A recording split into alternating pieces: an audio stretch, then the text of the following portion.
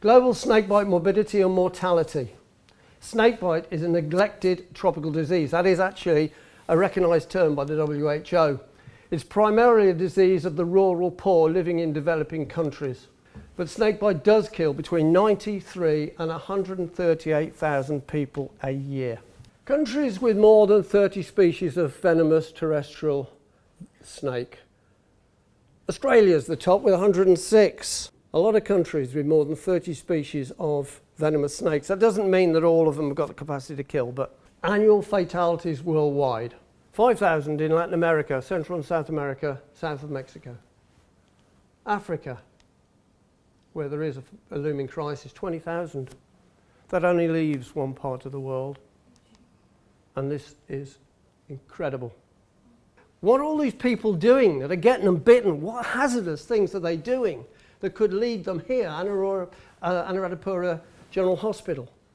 Harvesting rice, picking tea leaves, picking coffee beans, harvesting coconuts, harvesting oil palms, collecting firewood, walking home from school, playing with friends, gardening and weeding, walking barefoot, walking with a torch, sleeping on the floor, and trying to kill snakes.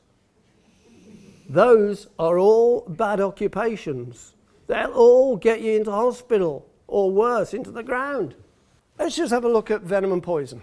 Poison is passively absorbed through the skin, inhaled or ingested. It may be inorganic or organic in origin, whereas venom is actively injected with a bite or a sting, and it's always obviously organic. They're both toxins.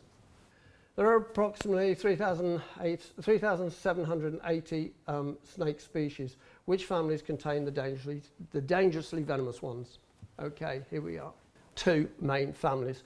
The Elapidae, they include obviously taipans, cobras, krites, coral snakes, mambas, sea snakes, sea krites, tiger snakes, brown snakes, black snakes.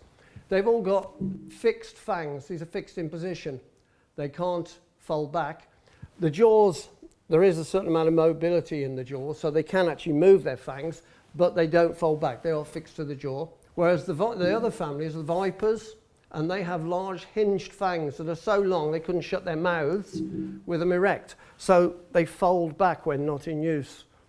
And often they have a reserve fang because they tend to get a lot of use, and so they fall out and they've got a reserve ready to fit in. People always say, how do you make antivenom? Well, first you extract the venom, milking. You then freeze dry the venom and you get what looks like brown sugar. That's injected into a donor animal, often a horse. You take between 3 and 6 litres of blood. You centrifuge out the plasma. Then there's a number of purification stages, whether you're going for IgG or FAB2. Then you produce your antivenom, which may be freeze-dried or liquid. And also, not only freeze-dried and liquid, but antivenom may be polyvalent or monovalent. Monovalent is for one snake or group of closely related snakes. The polyvalent is for all the snakes in that area.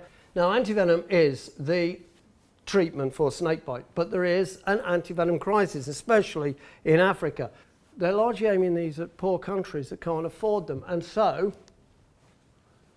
Beringwerk pulled out in 1990. Pasteur pulled out in 2016. Before then, they were only supplying it to their oil installations. It wasn't in the hospitals. And SAMR have been taken over. They're in big financial straits, and their antivenom now is hugely expensive, whereas it didn't used to be. So there's a problem. A number of Asian drug companies have started producing antivenom, or they've been selling the Indian antivenom in Africa and saying it works. It doesn't. This is where people get bitten doing the rice harvest. Now, has anyone here ever harvested rice? Does anyone know how you harvest rice? You need one of these, right? They're very useful. And what you do, you reach down near the base of the rice and you cut it through and you drop it behind you. And you cut it through and you drop it behind you. And you cut it through, and all the time you're working that close to the ground, which is where the snakes are. And people get bitten doing this. And we're coming to the final things now. Avoiding and treating snakebite. Avoiding snakebite. These are very easy things to do. Sleeping off the ground under a mosquito net. Snakes just carry on past. wearing boots during the rice harvest, taking care when using your hands, and walking with a torch, a wind-up torch. And I've done a couple of presentations in Stafford, and we already have companies that are interested in producing these and sponsoring these, and have their company on one side and University of Wolverhampton on the other, and try and get the idea together to actually give them to every school child in Sri Lanka, for instance. Snakebite first aid. Sometimes not doing something is as important as doing something. These are the things you do not do. Do not panic, Mr. Mannering. Do not attempt to kill the snake. If the snake has been killed, take it to hospital with you for identification, but don't handle it, put it in a box. And don't go out to kill snakes, because they will defend themselves and they're rather good at it. Do not exert the victim. I know an ambulance in Port Moresby that picked up a guy running to hospital after he'd been bitten by... a taipan had come out, it had bitten his dog that had gone to defend the man. The dog died almost immediately. A taipan bit the man killed the taipan, and he ran to hospital. He was actually asymptomatic. He'd have put everything into the dog. But it's not a good idea after a snakebite going running. Do not raise a cut. I told you, did I mention we had a guy bleed to death that way in 1986? If you've got incoagulable blood, that's the last thing you want to do. Don't take aspirin. Again, if you're incoagulable, if you're causing bleeding in the stomach. This might sound like a good idea, drinking alcohol and playing with venomous snakes, but it really isn't. And that's how an awful lot of the bites to white-skinned people happen. Don't apply ice, cryotherapy. You don't use electric shocks. For a severe bite, they say you can be wired up to a generator. Yeah, I'll take my chances. Deep burns you get from that. Don't bother with these suction devices, they're useless. Do not do tourniquets. People are great at putting them on, they're not so good at relieving them. Don't waste time. Now, just a few things that you should do, and we are nearly at the end. What you should do: reassure the victim, remove rings and other constrictions, bangles and the like, immobilise the limb, maintain the airway, and take the victim to hospital. And good news comes in threes. June 2017, the World Health Organization finally placed snakebite on its list of neglected tropical diseases.